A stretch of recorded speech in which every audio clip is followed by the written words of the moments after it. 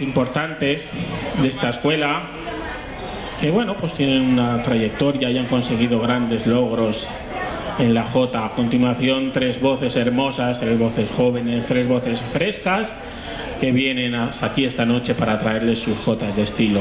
En primer lugar será Rosana Martínez, tras ella será nuestro compañero Javier Iserte y finalmente Iris Jiménez, quien a continuación ofrezcan sus jotas de estilo. Y bueno, pues también por el medio seguramente intercalaremos algún dúo o algún otro canto. Con ustedes, en primer lugar, Rosana Martínez.